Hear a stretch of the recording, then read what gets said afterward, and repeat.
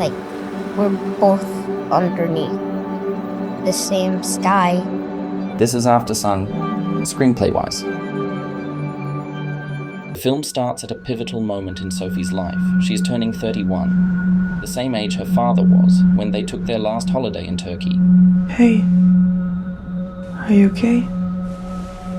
Yeah.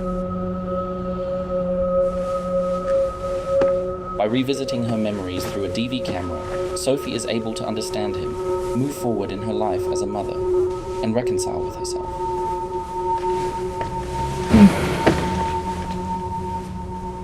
Happy birthday, Sophie.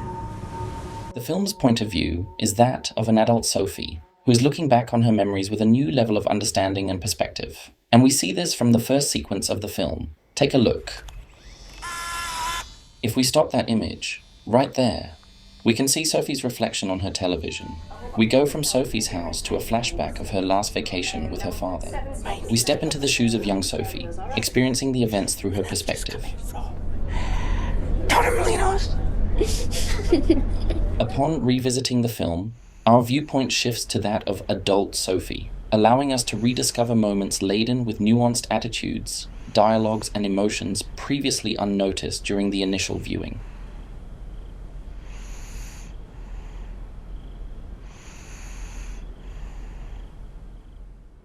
Adult Sophie was the overarching perspective in the film, that beneath that you had other perspectives. You had young Sophie's kind of direct point of view, almost images that were the basis of memories. And then you had Calum alone, which are imaginings to some degree, where we kept him more at arm's length. We shot those further away. He was usually abstracted or obstructed from view. Here Charlotte Wells gives us a clue about the film. The scenes where Calum is alone are imagined by Sophie as an adult. In these scenes, the film often portrays Calum with his back to the camera, or from a distance, giving us a sense that we are looking at him through Sophie's eyes. For example, we can see how these scenes were written. Calum stands on the balcony railing.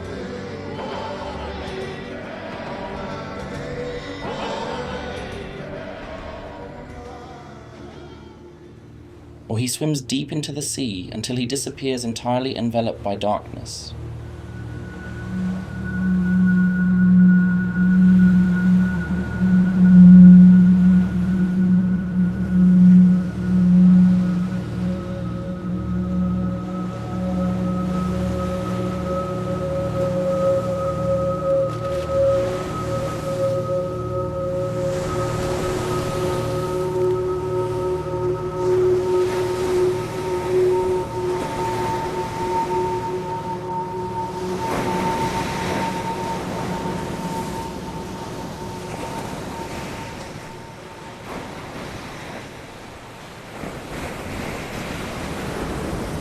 Moreover, scenes that are not captured through the DV cam footage are instead depicted through Sophie's little mind camera, as she refers to it when her father disconnects the DV cam from the TV in this scene.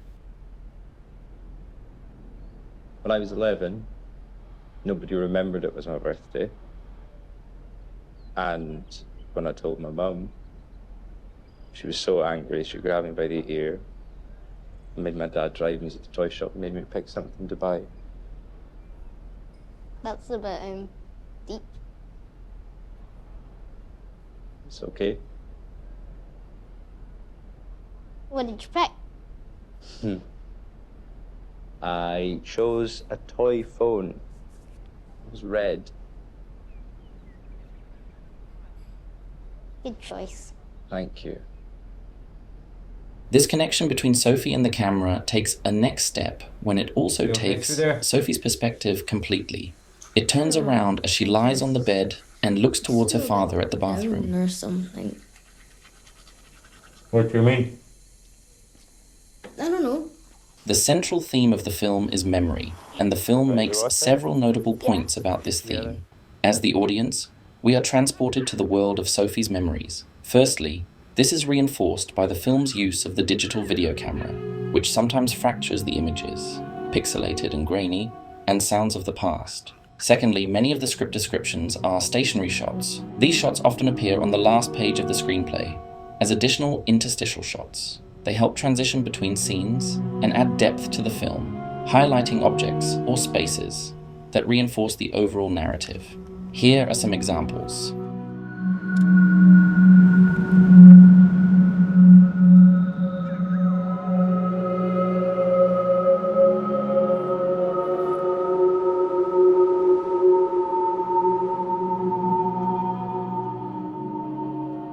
And also, the transitions between each scenes uses what's technically called pre-lap and post-lap.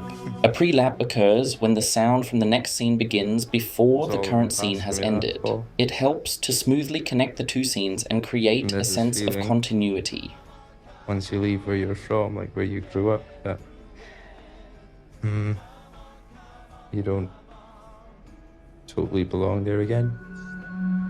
Conversely, post-lap is when the sound from the previous scene carries over into the beginning of the next scene. Similar to pre-lap, it aids in maintaining coherence between scenes and can be used for various effects, such as building suspense from one scene to another, creating a thematic connection between two moments, implying a character's thought, or reinforcing a flashback transition.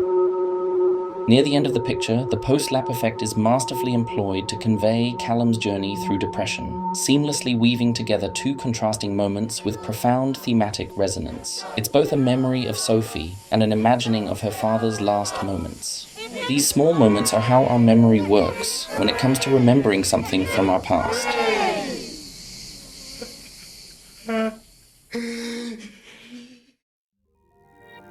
Aftersun stands among films that discover resolution within the very fabric of cinema. Here, the digital video camera becomes not just a tool, but a narrative linchpin. Without it, the story would cease to exist. Through the lens of this camera, an adult Sophie finds the means to reconnect and reconcile with Calum, highlighting the profound role of technology in their journey.